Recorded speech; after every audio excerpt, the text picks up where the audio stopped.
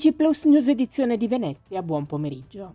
In apertura del nostro notiziario la cronaca. Il maestoso veliero della Marina Militare Italiana, l'Amerigo Vespucci, è arrivato a Venezia dove rimarrà ormeggiato in riva a San Biasio fino a lunedì 31 marzo. La nave scuola della Marina porta con sé un motto significativo: non chi comincia ma quel che persevera, attribuito a Leonardo da Vinci, che celebra il valore della determinazione.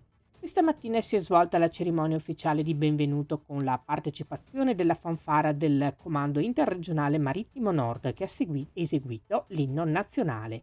Da oggi fino al 30 marzo l'Amerigo Vespucci e il villaggio in Italia saranno aperti alle visite per celebrare e condividere il racconto di 2 anni di tour mondiale della nave Amerigo Vespucci.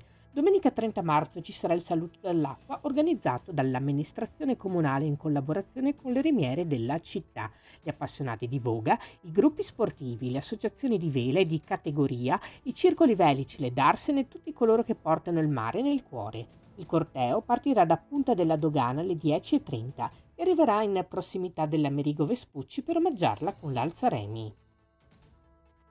Cambiamo argomento. Lunedì scorso la Polizia di Stato di Venezia, nel corso di un'attività di prevenzione e contrasto ai reati predatori nell'area della stazione ferroviaria di Venezia Mestre, ha tratto in arresto 2 soggetti ritenuti responsabili di furto aggravato in concorso. In particolare, gli operatori della squadra di polizia giudiziaria del compartimento Polizia Ferroviaria di Venezia hanno notato 2 uomini che si aggiravano in atteggiamento sospetto nei pressi della fermata dell'autobus di fronte alla stazione, dove numerose persone erano in attesa di salire sul mezzo pubblico. Uno dei 2 soggetti, approfittando della calca venutasi a creare durante la salita sull'autobus, si sarebbe avvicinato a una signora, riuscendo a sottrarle il portafoglio dalla borsa e lo avrebbe immediatamente consegnato all'altro uomo.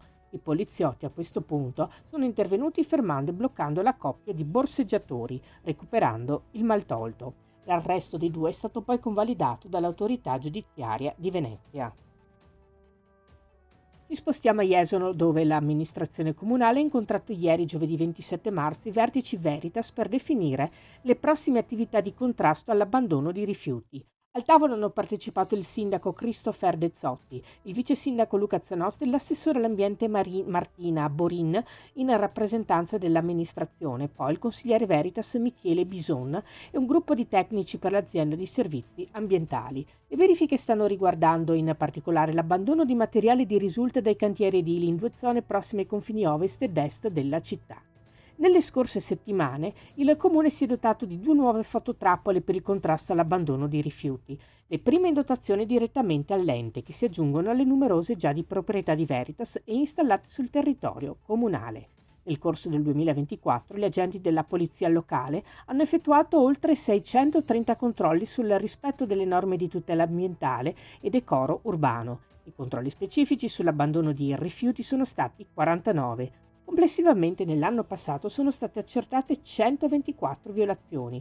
Le sanzioni amministrative ammontano a 300 euro a regolamenti e norme di tutela ambientale.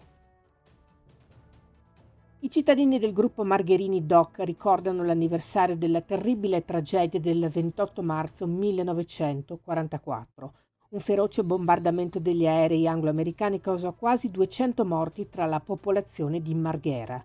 I Margherini Doc onorano la storia con un numero speciale bis La Cisterna, interamente dedicato al tragico 81esimo anniversario. Tra i ricordi più toccanti quello di Lucio Crovato, che ha perso il nonno e la prozia, le case squarciate a metà dalle bombe di Maria Scalari, i miracolati del rifugio dove erano morti quasi tutti, di Angelo Busetto, la casa di Villa Bona a fianco all'osteria di Roberto Lugato, le memorie del poeta Elio Urbinati, di padre Tito Castagni e la scuola Grimani, la Madonna di Catene è rimasta intatta sotto le macerie. Questa era la nostra ultima notizia. Grazie per averci seguiti. Arrivederci.